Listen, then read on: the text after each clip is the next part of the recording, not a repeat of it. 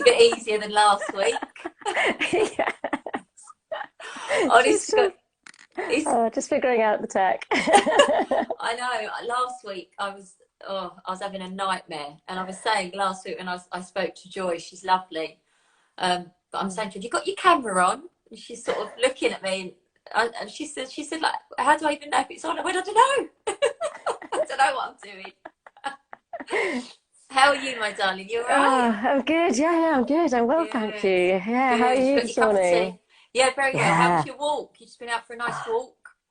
Yeah. I just had to have been I've been sitting the last 2 hours, so just needed to get out and move my body a bit and get some Nice. fresh air. Nice. Well, Yeah. thank you so much for being here. So, Yeah. hi everybody. I hope you're all good.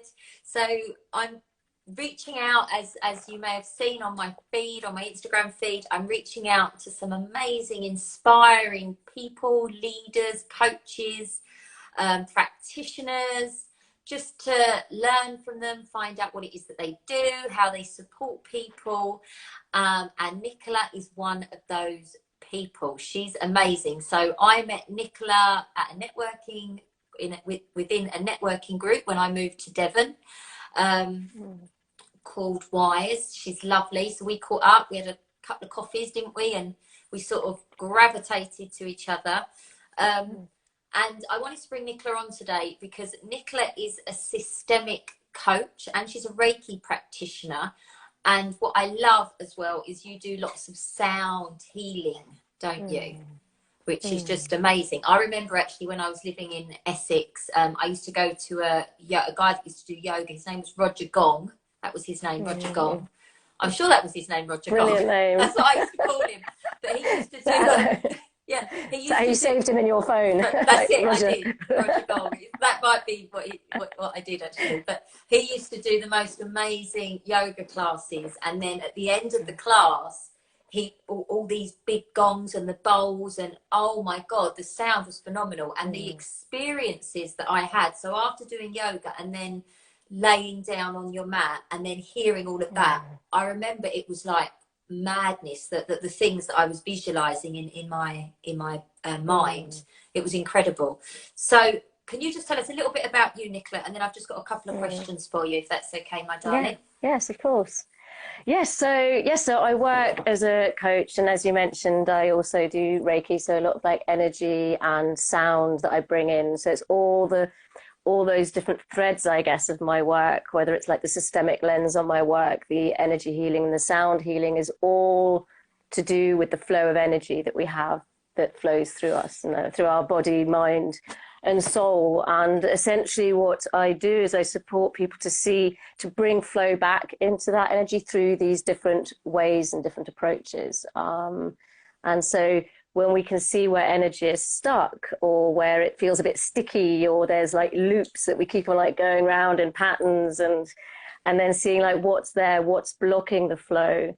And through this, it's a very embodied and multisensory way of working. So it is from the body and the mind and the soul. So it's all of it together. It's not just seeing things isolated at all, because everything is so interconnected and interrelated within our own lives, as well as with everyone who we relate to and relate with. It's just amazing. So you touching on that, if someone's feeling like that, if someone's feeling stuck, and that they've got themselves into this reoccurring pattern that they just can't seem to get out of. And I know when we spoke last week, we said that this can feel a bit like a midlife crisis. So they just feel like they're stuck and they don't know what to do and they don't know what way to turn. What's that? What can they do? And what's that sort of really telling them if they feel that way? I think, and I guess I know from my own experience of my own life, but as well as people that I work with, it can get to this point where you just think, like, I keep on getting to the same point, like I keep on like looping back, and I keep on being in the same place, and I just don't understand why. So sometimes it can be something that feels really heavy, or sometimes it just is, and it just keeps on happening, and we don't know why and want to move out of it. But by tuning in to really seeing what's present in that moment, so it's really so much of it's tuning into what's here right now, what's missing, what is unbalanced, how can we see where there is imbalance within a situation or a topic or a relationship? So that can mean like in a personal relationship, intimate relationship, or work relationship, or even relationship to a project, you know, like it's literally anything we relate to really tune in and see, like, what does it feel like, what is it that I'm noticing, where is there tension, where do I feel that tension in my body, where's tension in the situation, and what needs looking at, and where else is this happening? So then seeing, like, taking, let's say, zooming out from the micro, that we get so stuck in the micro of a topic and just can't see what's going on, and really zooming out, taking that step back, creating that space to breathe and to see from a wider perspective,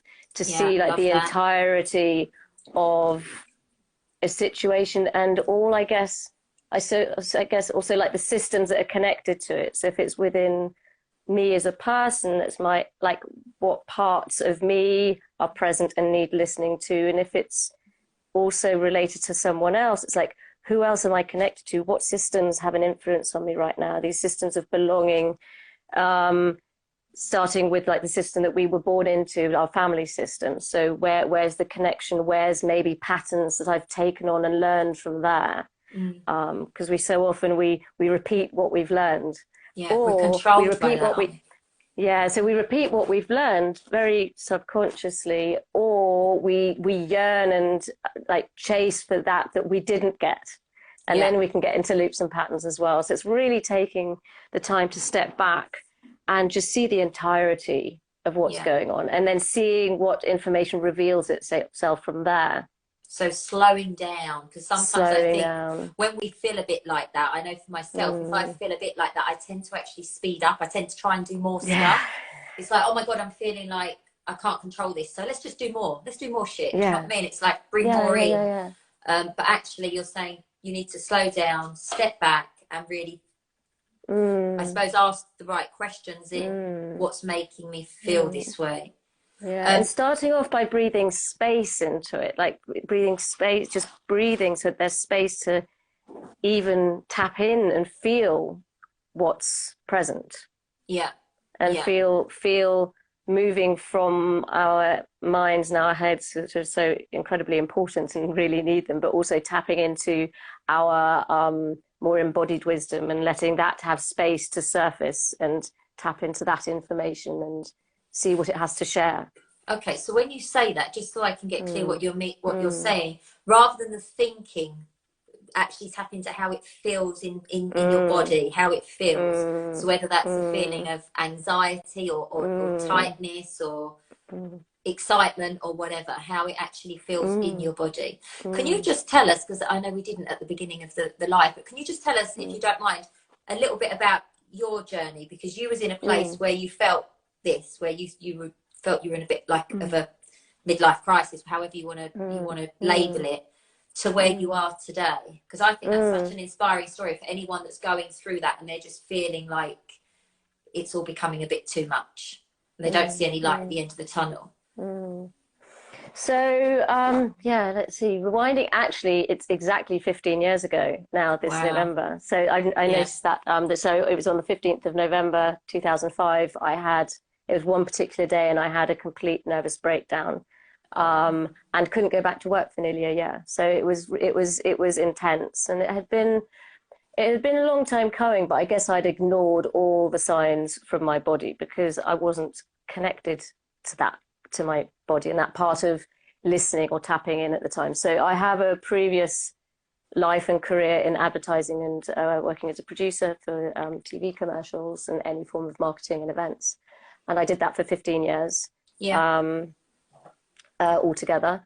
And I was working, crazy hours. I was working 6-7 days a week. I mean, 16 hours a day was a good shortish day. It was really intense. And my body kept on saying, I kept on being like wiped out by illness or by tinnitus. I couldn't hear properly anymore, insomnia, then like bouts of forgetfulness and aggression and like really disproportionate responses to situations. So those were like things that were happening, but I was just getting really annoyed with my body and with everything around me, and frustrated, saying, you're not supporting me right now. You know, it's like, you're supposed to help me get this job done, and I've got important shit to do. It wasn't complying. No. So, and literally and I didn't listen to literally 2 years of many, many signs. And it got to the point where, through multiple panic attacks that were regular, got to one day where literally I couldn't walk through the door to the office anymore. And I had the biggest panic attack I'd actually ever experienced. And I can actually feel it now. It was outside the front door before walking in. Just couldn't go in. I couldn't. I froze completely. Goodness. And I notice even like now, needing to take a deep breath, because it's as all these experiences we also have, we still, you know, we carry them, our bodies remember them. And I noticed that just speaking about it, the way that I just need to like breathe through that, and noticing that's what I hadn't learned back then, is to also be able to learn to like breathe space into a situation, to just like tap into what do I need right now. So I had a full-on breakdown, couldn't go back to work for, at the end of the day, I didn't go back for nearly a year. What I did was first of all, I just took a few weeks off and just slept. I had to like I was physically, mentally, emotionally exhausted. So I took time to do that. And back then at the time, actually, I went back to my parents' place, because it just felt like where I was fortunate that they, you know, took me in and could just like give me like the foundational care and support that I needed, of like a bed, a roof, food on the table. And I started going out to the woods where I grew up, and just sat out there, you know, with the trees, and things started coming back to me from my childhood, from like connecting with nature, because I grew up in the countryside and loved it so much. And through that, I just started connecting. Through being in nature, I started like feeling life breathe back into me. And that's where I realized, okay, something's really gone wrong here. I really need to find space and connect to myself, whatever that means. And at that time, all I realized was, I don't know who I am, what I want. I don't even know what I enjoy. What the hell do I do now? Just completely lost. And I think it was like a midlife crisis then. And I think that's something that we'd spoken about before, is like, I always struggle with that term, because essentially what my body and life was showing me is that something was like really misaligned. So it's more like a midlife realignment, or at that time I was 29. So it was like realigning, finding that space to align with the core of who I am and what I need. And first of all, even learning what that is, trying to figure it out. And it was trial and error. At the time, of like what works, what nurtures me, what drains me, I guess, is the simplest questions to ask. So is that when you then started looking at these alternatives, like what you're doing now with the Reiki and the sound baths and all of that? You started using these tools, if you like, and you started to see a better. I think I started bit by bit, attending. Like, I always had done a lot of yoga, and that really supported me, like getting out into nature. Then at the time, I hadn't really heard much of like sound baths or anything like that. I knew Reiki. My mum's a Reiki master, so I grew up with Reiki and a lot of like alternative medicine and methods and reflexology and shiatsu at home. So I already had that connection to that. And then it was a journey from there. So I did end up going back into the advertising world for another good couple of years, actually, but stepping into it in a more conscious way of how can I start looking after myself. And that's when I started working with my own coach, and then having therapy as well, of getting, to be honest, just getting over myself and being okay to reach out for support, because I would tried for many years to do it all alone, because I just thought like, well, I can do this alone. And didn't dare to reach out to anyone. But once I did, there was such a sense of relief that I could be in a space and be held while I layer by layer, like unpack myself, I guess. And that's the thing, isn't it? You don't have to be the expert, do you? You don't have to have no one's got it all together. And even like what you've just said, with you knowing all of this and actually practicing in all of this this Mm. stuff. But there's even times just there when that thoughts come back into your mind and it's taken you back to that place and it's made you feel a certain way. And depending Yeah, on it'll how always you, remain. yeah, it doesn't ever want to go away, does it? No, But it's and it like, just shows how much we all carry with us. Like how when God, yeah, we're like when the responses that we so often have yeah, in whichever situation it is that we're approached, if we're triggered by something, like how much is linked to what's happening or the person opposite me right now, and how much is triggering some part of me that feels really unsafe in that moment. yes, And so like yes. the body remembers. And it's that feeling. I had an instant last week where it created a feeling, an emotion that wasn't very comfortable. And then I find, depending on how you feel, depends on what you do. So your actions, how you're going to act and what you're going to do. So if you're in that feeling and that place of uncertainty and anxiety and stress where you're feeling like you can't cope, your body's going to respond to that in some way, isn't it?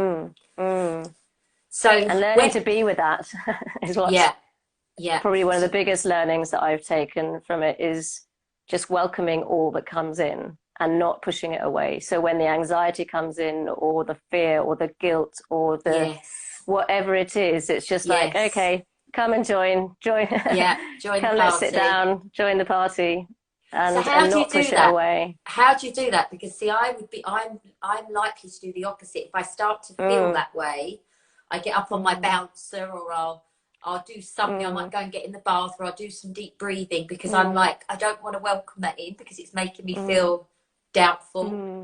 So you've got to be, I, I guess first of all, it's just letting it be and just welcoming it as it is, and just noticing how I feel, and yeah, just seeing like, okay, so this is how I feel, and I'm not going yeah, to push it away right away. I know it's not going to stay forever. no, And because I've noticed the more I try to suppress and push it away, it's only going to come back even stronger anyway. it's like you embed So it. yeah, It's you like just a you bit. embed it. So just it's almost like I just have conversations. So inside of me, there's lots of conversations going on a lot of the time. I just welcome it. It's like almost like welcoming around the campfire. Okay, let's have a chat then. So what's going on? What do you need right now? What do you need to feel safe? So speaking to that anxious part of myself, or Yeah, the fearful part of myself, and yeah, just listening to it, and I guess just allowing it to be, yeah, just allowing it to be. And it shifts actually quite quickly. yeah.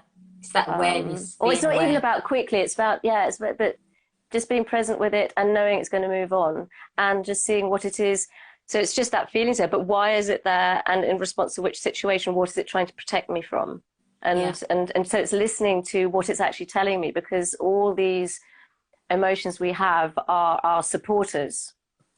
yes, Even the yes. ones that feel uncomfortable, They're they're still there trying to to keep help us us. safe. Yeah, Yes, yeah, absolutely. yeah. Okay. So I've put here, how can I do things from a place of calm? Now, this is Mm, me asking you this question, but I'm sure there's lots of people probably asking you this question. mm, There seems to be such a, especially I suppose coming up to Christmas, and there's all this stuff going on, mm, and people all these things that they want to do. And I just know, even when I talk to you, there's something that's just so calming about you. Like even looking at you on, but even looking at you here, obviously you've got a few of your candles and stuff, and in the background, mm. but you just seem so calm and at ease. And I just imagine I'm not if you, always doing no, I'm that, sure you're but not, but you've definitely I got that, you've definitely am. got that Yeah. presence about you. And I know, Uh, you know, even for me, like with me going about my days and things that I do, and there's a lady that I do a bit of coaching with, and she's always saying to me, just calm, you know, get yourself well, into a place of calm, but because you can, isn't it the most annoying thing to hear when you don't feel calm? Like, just calm yeah, down. It's yeah, it like, is annoying. that's not helpful. It's not useful necessarily. But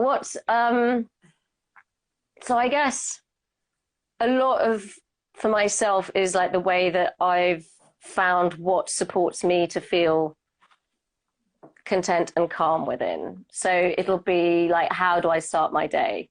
And it's been a lot of trial and error of how that works for me. And I've done all the like getting up at 4:30 in the morning, and you know you've got to have done by 8, and it just did not work for me whatsoever. No. But I mean, it's really small, simple things, really. So for me personally, it's like bringing in small rituals that have meaning to me and that I know that support me. So in my case, that'll be the first thing I do in the morning is I'll get up, put the kettle on, and depending on how I feel, I'll either go back to bed with that 1 cup of tea and literally carve that time out for myself. And if sometimes I feel like going outside, and I'll just stand outside barefoot on the grass. And I love that as well. Yeah. And I'll do that whatever the weather, but sometimes I just feel more like that, you know, wanting to be cozy, or sometimes it's already getting outside. And it's just it's small things like that. I notice the way that I start my day really sets the tone for the day ahead. What I loved last week, you said you call these your soul prescriptions. I love that. Your soul prescriptions.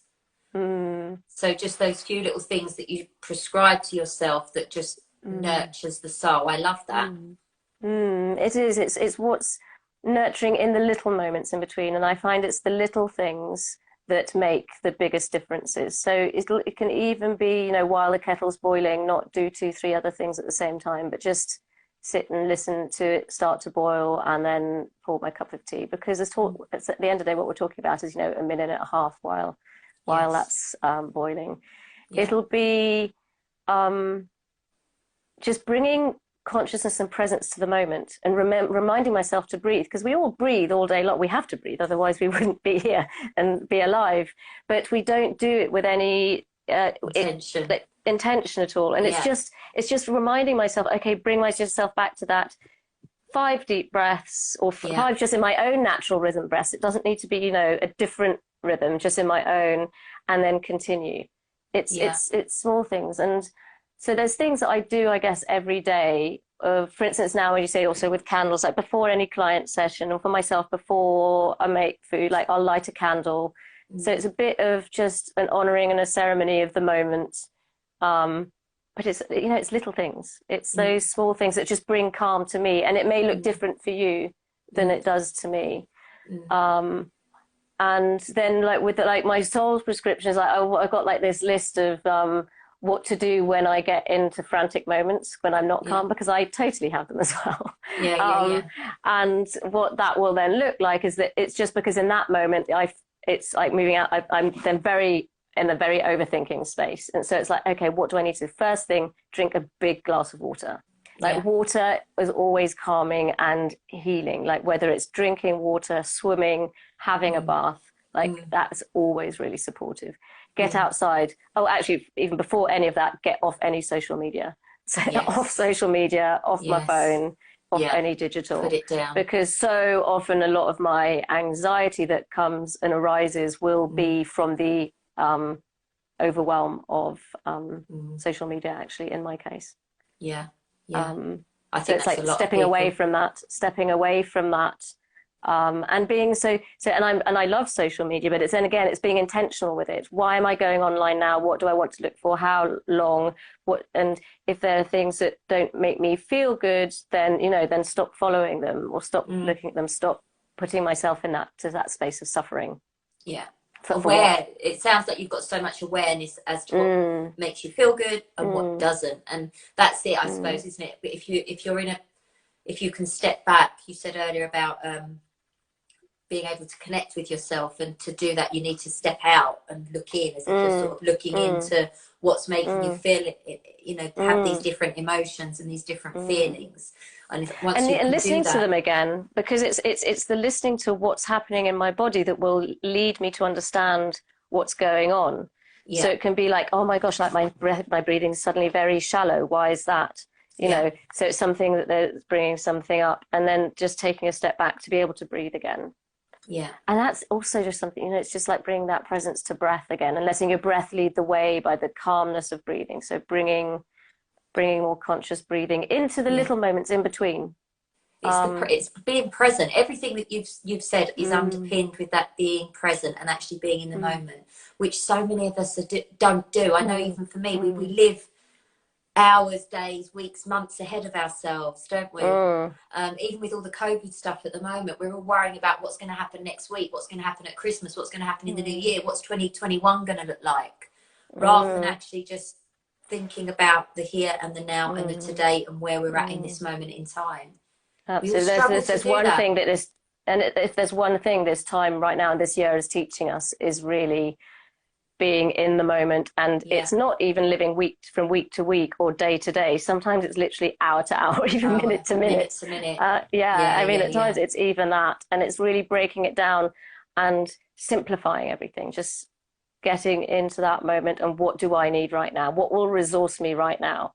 And that can shift throughout the day multiple times from needing calm, but sometimes it's not just the sitting and breathing or connecting and being silent that supports me. Sometimes it will be exactly the opposite. Sometimes it would be like, you know, switching my music on as loud as I can and just singing along. And absolutely, yeah. So it's not always, I find a lot of calm within stillness, but also a shift of energy within movement. So it's both of it, and it's more, and different things are needed at different times. That's why, for instance, I don't like have a strict routine that I have every morning or every day. It's more like a whole like bunch of things that I know that are supportive to me in at different times. Yeah, and like you said, that's going to look different for everybody. Look different for everybody, and it looks different for me different times of the day, depending what part of me needs what when. But if we can all find our own sort of soul prescriptions,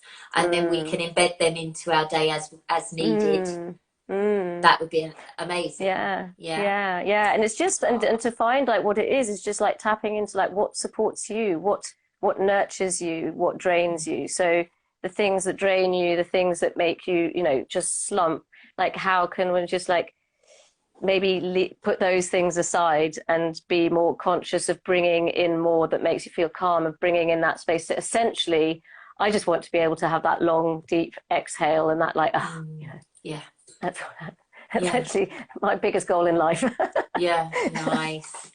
Sounds good. Sounds good to me. So when it comes to, if anyone wants to get in touch with you and talk to you about what it is, you know, you do, I know you spoke about, you do, is it a weekly Zoom, or is it a monthly where you have a community of people that come together?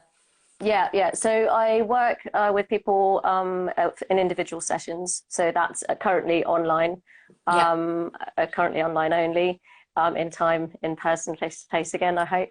And otherwise I run weekly sessions. So I run a small circle, it's called the Systemic Journaling Circle, and that essentially brings all the threads of what I was talking about, from like a very multi-sensory, multi-dimensional journey within to explore your inner and your outer worlds in relation to a topic that's niggling right now or you're curious about. So it's a 90-minute session that I invite people on, and it's a very individual journey. So people don't need to share what they're working on for themselves, but we'll be journeying alongside each other. So it's always a maximum of 6 people. So it's a small, I love working in small groups. That's so good. That sounds amazing. Small, nourishing spaces. And so I run those every week. And you also do, I know you can't at the moment, but I know you've done quite a few retreats, haven't you? Abroad, in this country, down in this area where we live. Will they be back up and running soon, do you think? They'll be there. They'll happen when they can. And they'll happen when they can, probably in small groups, most likely be just in the UK. I doubt that travel will be part of it, but hopefully maybe in spring we'll have the first gatherings again. How amazing. Well, thank you so much. You've been amazing, as expected. All the fantastic insights. And just thanks for taking time out, Nick, to come on and have a chat with us. Thank you so much, and lovely talking to you. All right, my darling. Well, I'll catch up with you soon. Thanks for watching, everybody. Thanks for watching. See you later. Bye. Take care. Bye.